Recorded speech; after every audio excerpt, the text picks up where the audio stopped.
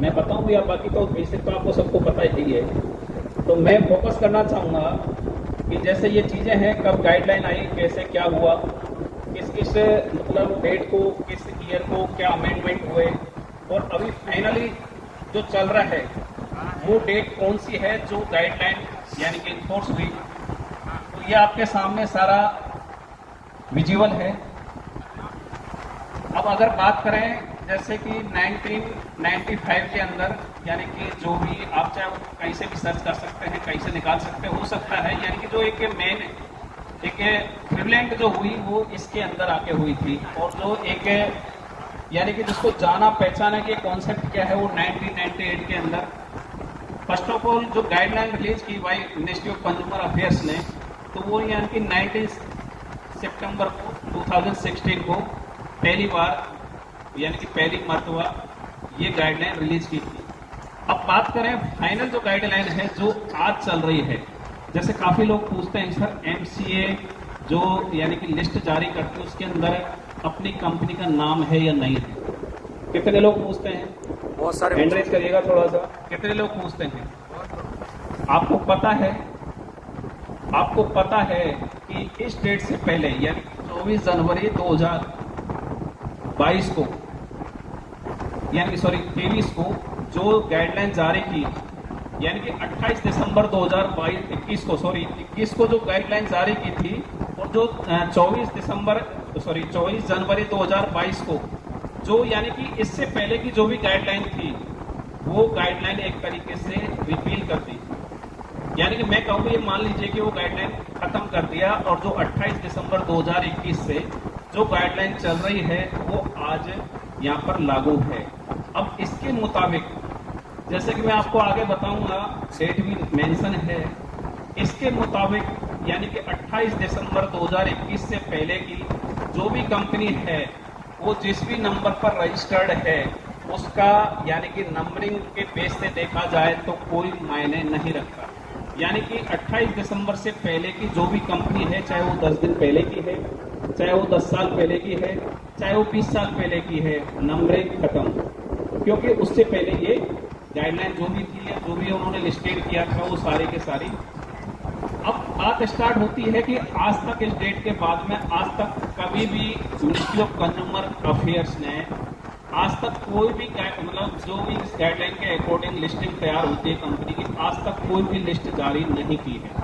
तो आप अगर कोई भी क्वेश्चन रेज होता है, कोई भी आपसे पूछता है कि सर कंपनी का नंबर कहाँ पे है, तो आप ठोक के कह सकते हैं, क्योंकि अभी मैं आपको एक बात और बताऊं, जैसे एमसीए के बाद में मिनिस्ट्री ऑफ कंज्यूमर अफेयर के बाद में जो अभी इस पूरे बिजनेस की मॉनिटरिंग कर रहा है वो है एनसीएच, नेशनल कंज्यूमर हेल्पलाइन। आप शायद काफी जानते होंगे उसके बारे में।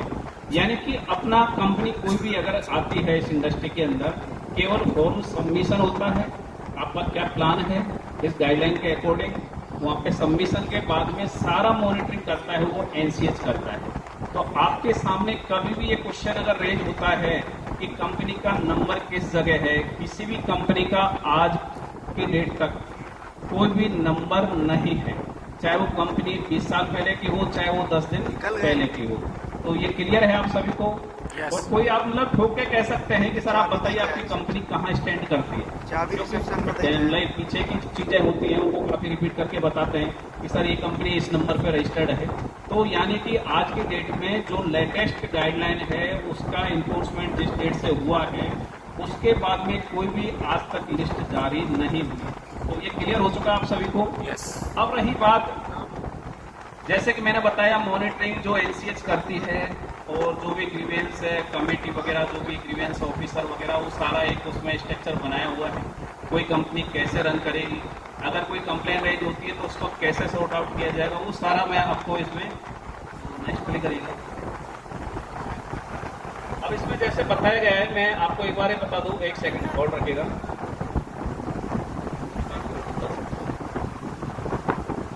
जैसे इसमें बताया गया है time for new for submission, यानी कि जिस डेट से ये 28 दिसंबर से लागू हुआ, 90 डेज के अंदर सारी कंपनियों को एक टाइम प्रोवाइड किया गया है कि आप इसके अंदर 90 डेज के अंदर अंदर आप अपनी कंपनी का जो भी बिजनेस प्लान है गाइडलाइन के अकॉर्डिंग सबमिशन करिए। अब रहा जैसे जैसे कि इसमें क्या किया है, जो नेशनल कंज्यूमर हेल्पलाइन है आप देख पा रहे हैं, 24 जनवरी को जैसे 2022 को MCA has withdrawn guideline that was applied dated on 19 सितंबर 2016।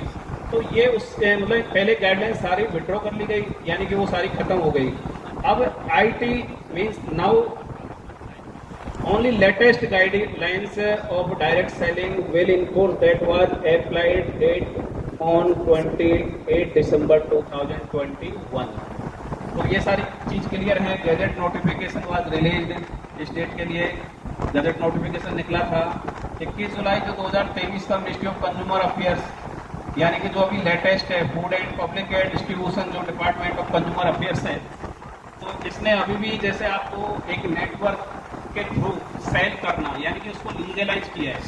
आज तक नेटवर्किंग अभी भी आरबीआई तो उसको एक तरीके से कंप्लीटली लीगलाइज नहीं करती, लेकिन अभी जो लेटेस्ट गाइडलाइन निकली है या जो गजट नोटिफिकेशन रिलीज किया था स्टेट को, उसके बाद में नेटवर्क के थ्रू जो सेल होती है उसको कंप्लीटली एक तरीके से लीगलाइज किया गया है। यानी कि एक नेटवर्कर अपनी टीम के थ्रू जो भी सेल करता है वो नेटवर्क के थ्रू सेल, यानी कि अब तक तो जो एक डायरेक्ट सेलिंग होती थी उसको कहीं एक मतलब ये मान के चलिए कि नेटवर्क के थ्रू ऐसा कोई भी वर्ड नहीं था। अब उसको लीगलाइज कर दिया है कि आपकी पूरी टीम के थ्रू आप जो भी सेल कर रहे हैं तो वो नेटवर्क के थ्रू सेल उसमें कंसिडर होगी। अब बात करें जैसे इसमें दिया हुआ है कि consumer protection direct selling rules, ये जो है अब इसको आप चाहे तो नोट कर सकते हैं, थोड़ा सा और डीप की बात है। नेक्स्ट करिए। इसमें नीचे दिया हुआ है ये। अब बात करें डायरेक्ट सेलिंग कंपनी या एंटिटी, यानी कि डायरेक्ट सेलिंग एंटिटी या company should be registered in any one of them. अब जैसे आपने देखा होगा, आज मैं आपको बताऊं कि जैसा आज यूटेक का इजाद हुआ, एक ये मान के चलिए कि मतलब जो कोरोना टाइम में हुआ था, आप सभी को जैसे सुना होगा, 2-3 मिनटों में मैंने पढ़ा है, तो कोई कंपनी थी वो हमारे सामने आई और एक प्रोप्राइटर बेस्ड कंपनी चल रही थी। उस बंदे को ये पता नहीं कि कंपनी कैसे चलती है और बंदा ठीक ठाक यानी कि काफी अच्छा एक टर्नओवर क्रिएट कर चुका था।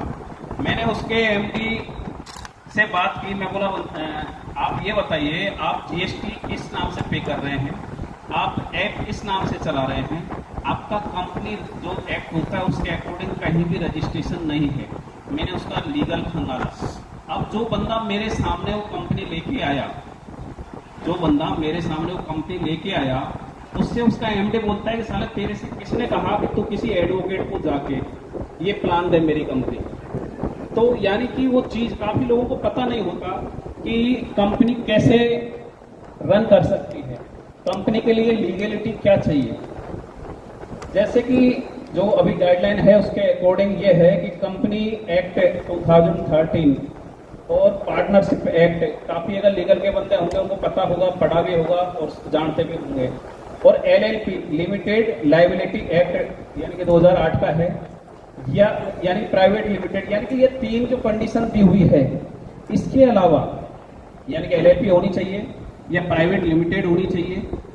तो इनके अलावा मतलब ओपीसी भी हो सकती है, उसमें 250 करोड़ का एक टर्नओवर होता है, उसके बाद में वो प्राइवेट लिमिटेड करनी पड़ती है, यानी कि 1% कंपनी भी रन हो सकती है।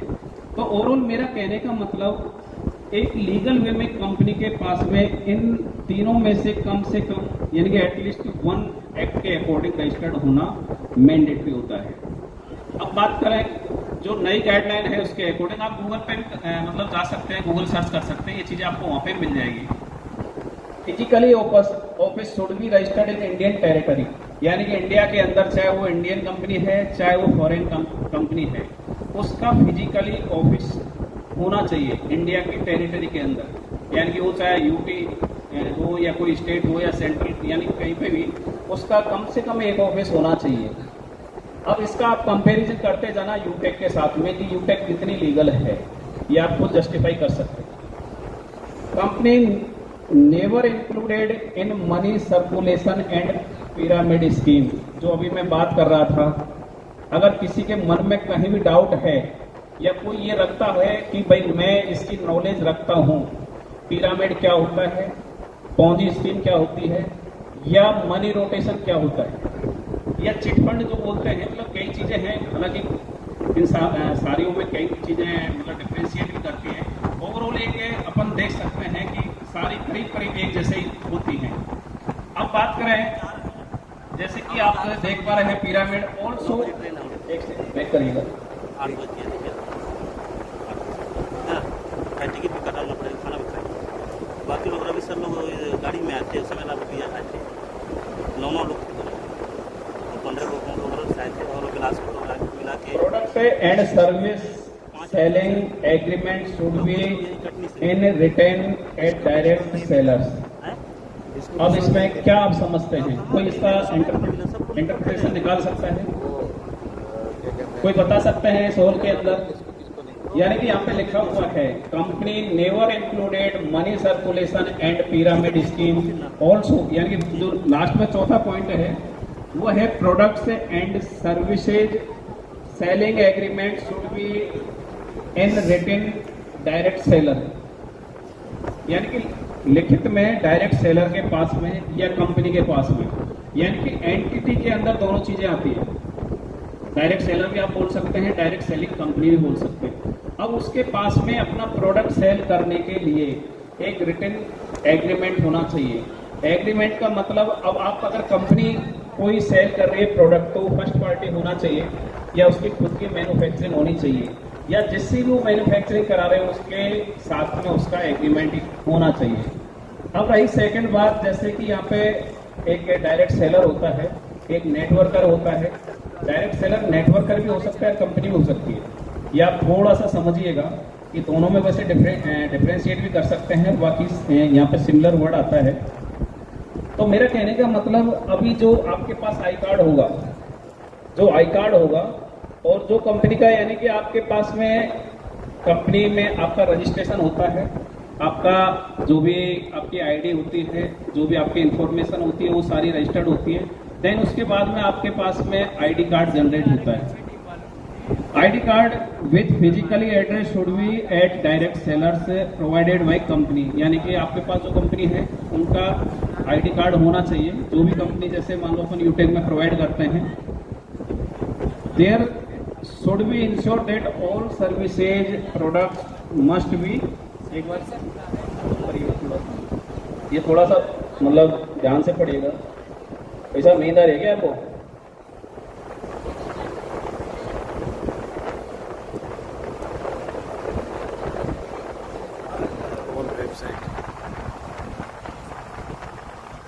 वैसे ये सारी चीजें आपको गूगल पे भी मिल सकती हैं, थोड़ा सा मेहनत करें तो।